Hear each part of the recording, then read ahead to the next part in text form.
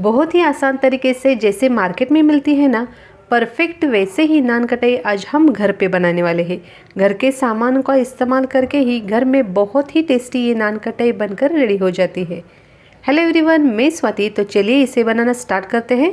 सबसे पहले इसके लिए हमें एक बड़ी कढ़ाई लेनी है। कढ़ाई में एक स्टैंड रखेंगे।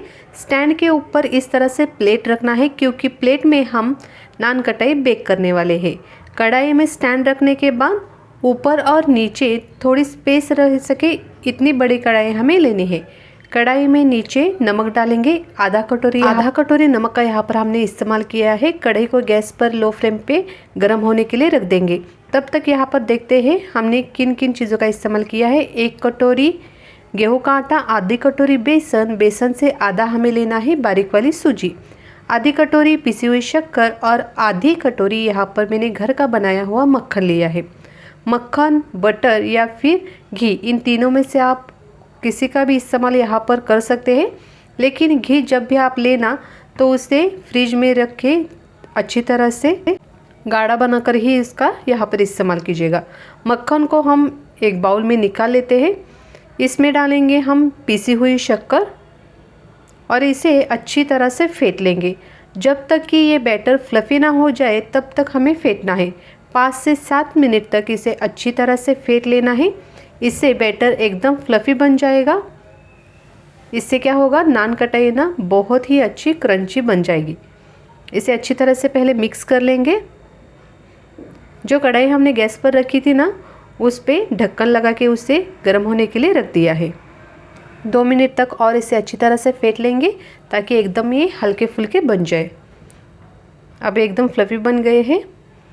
अब इसके ऊपर हम एक छन्नी रख देंगे और छन्नी में ये सारे जो चीज़ें हैं उसे डाल देंगे। सबसे पहले डालेंगे हम 1 कटोरी गेहूं का आटा, आधी कटोरी बेसन, आधी कटोरी से कम यहाँ पर हमने ली बारीक वाली सूजी, आधा चम्मच बेकिंग पाउडर, आधा चम्मच से कम बेकिंग सोडा और 2 चुटकी नमक।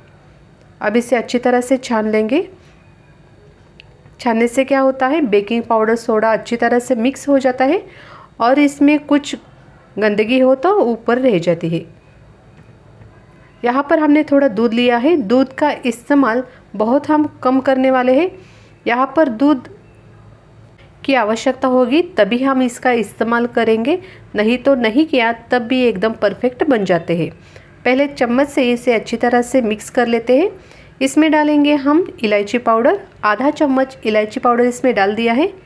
हाथों से इसे इस तरह से मिक्स कर लेना है। थोड़े से दूध की आवश्यकता है। यहाँ पर हमने 2 छोटे चम्मच दूध का इस्तेमाल किया है। इससे ज़्यादा दूध का इस्तेमाल बिल्कुल भी नहीं करना, नहीं तो जो नान कटाई है वो अच्छी तरह से फूलेगी नहीं और सॉफ्ट बनेगी। 1 या 2 चम्मच दूध का ही यहाँ पर इस्तेमाल करना है। इस तरह से अच्छी तरह से इसे गूंद लेना है। 5 मिनट तक के लिए ढक के रखना है। 5 मिनट बाद हम क्या करेंगे, जिस प्लेट में नान कटाई बेक करने वाले हैं उस प्लेट को घी लगा कर लेंगे। इसमें से छोटा छोटा गोला लेंगे, जैसे रसगुल्ला होते हैं उतनी साइज़ में हमें ये गोले को गोल शेप देना है और थोड़ा सा दबा लेना है। इससे नान कटाई बहुत ही अच्छी तरह से बन जाती है।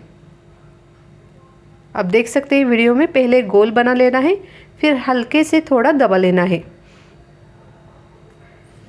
और एक साइज़ की नान कटाई बनाने के लिए आप चाहे तो इस तरह की चम्मच का भी यहाँ पर इस्तेमाल कर सकते हैं। इसमें हम ये मिश्रण डालेंगे, उसके बाद हाथों में निकाल लेंगे और इसे गोल शेप दे देंगे। अब देख सकते हैं इस तरह से ये भी एक शेप में परफेक्ट बन के रेडी हो जाते हैं, या फिर इस तरह से भी अच्छी तरह से घुमा घुमा के बना सकते हैं। इससे एकदम सॉफ्ट बन जाते हैं और बिल्कुल भी इसको क्रैक नहीं आता बनाते वक्त। इस तरह से हमें सारी नान कटाई बना के लेनी है। प्लेट में रखते वक्त उसमें थोड़ा स्पेस दे दे के हर एक गोला रखना है। इससे क्या होता है, गोला थोड़ा सा बाद में फूल जाता है तो एक दूसरे से चिपक जाता है। ऐसे ना हो, इस तरह से थोड़ा थोड़ा स्पेस रखना है और फिर गोले को रख देना है। अब इसके ऊपर आपकी पसंदीदा कोई भी ड्राई फ्रूट, जैसे कि पिस्ता, बादाम या फिर काजू, आपको जो पसंद है उसके एकदम बारीक बारीक टुकड़े कर लीजिएगा और इस तरह से उस पर रख दीजिएगा और थोड़ा सा प्रेस कीजिएगा यहाँ पर मैंने बादाम के बारीक टुकड़ों को इस पे लगा दिया है। अब कढ़ाई में इस प्लेट को रख देंगे। पहले 2 मिनट तक गैस की फ्लेम को मीडियम टू हाई फ्लेम पे रखना है। 2 मिनट के बाद गैस को लो फ्लेम पे करके 15 से 18 मिनट तक रख देना है। अब 18 मिनट हो गए हैं। आप देख सकते हैं कितनी परफेक्ट ये नान कटाई बन के रेडी हो गई है। इसका कलर भी बहुत ही अच्छा आया है। थोड़ा सा सुनहरा होने के बाद इसे निकाल लेना है। जब भी नान कटाई बेक होती है ना, उसके बाद उसकी खुशबू बहुत अच्छी आने शुरू हो जाती है, तभी समझ लीजिएगा कि ये नान कटाई परफेक्ट रेडी हो गई है। अब गरम गरम रहते ही इसे मत निकालेगा, इस प्लेट को साइड में रख दीजिएगा। अब यहाँ पर हमने दूसरी बैच भी बेक करके ली है। ये भी बहुत ही बढ़िया बनकर रेडी हो गई है। इसे भी निकाल लेते हैं। प्लेट में ठंडा होने के लिए रख देना है। पूरी तरह से ठंडा होने के बाद इसे हम प्लेट से निकाल लेंगे। अब देख सकते हैं प्लेट से भी एकदम आराम से निकल जाती है और जैसी मार्केट में मिलती है ना, बिल्कुल वैसे ही टेस्ट में और दिखने में, दोनों चीज़ों में ये बहुत ही बढ़िया बनकर रेडी हो जाती है। आप भी घर के सामानों से घर में ये नान कटाई ज़रूर ट्राई करके देखिएगा, आपको भी बहुत ही पसंद आएगी। अब मैं इसे कट करके दिखाती हूँ, इससे आपको समझ में आएगा कि ये नान कटाई अंदर से भी अच्छी तरह से पक गई है। आप देख सकते हैं एकदम परफेक्ट ये नान कटाई बनकर रेडी हो गई है। एकदम परफेक्ट। तो चलिए इसे हम बाउल में निकाल लेते हैं और इस तरह से आप भी ज़रूर ट्राई करके देखिएगा। बहुत कम समय में बनती है और टेस्ट में बेस्ट बनकर रेडी हो जाती है। चैनल पे नए हैं तो चैनल को सब्सक्राइब ज़रूर कीजिएगा।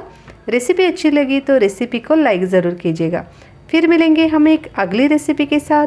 तब तक के लिए टेक केयर, बाय बाय।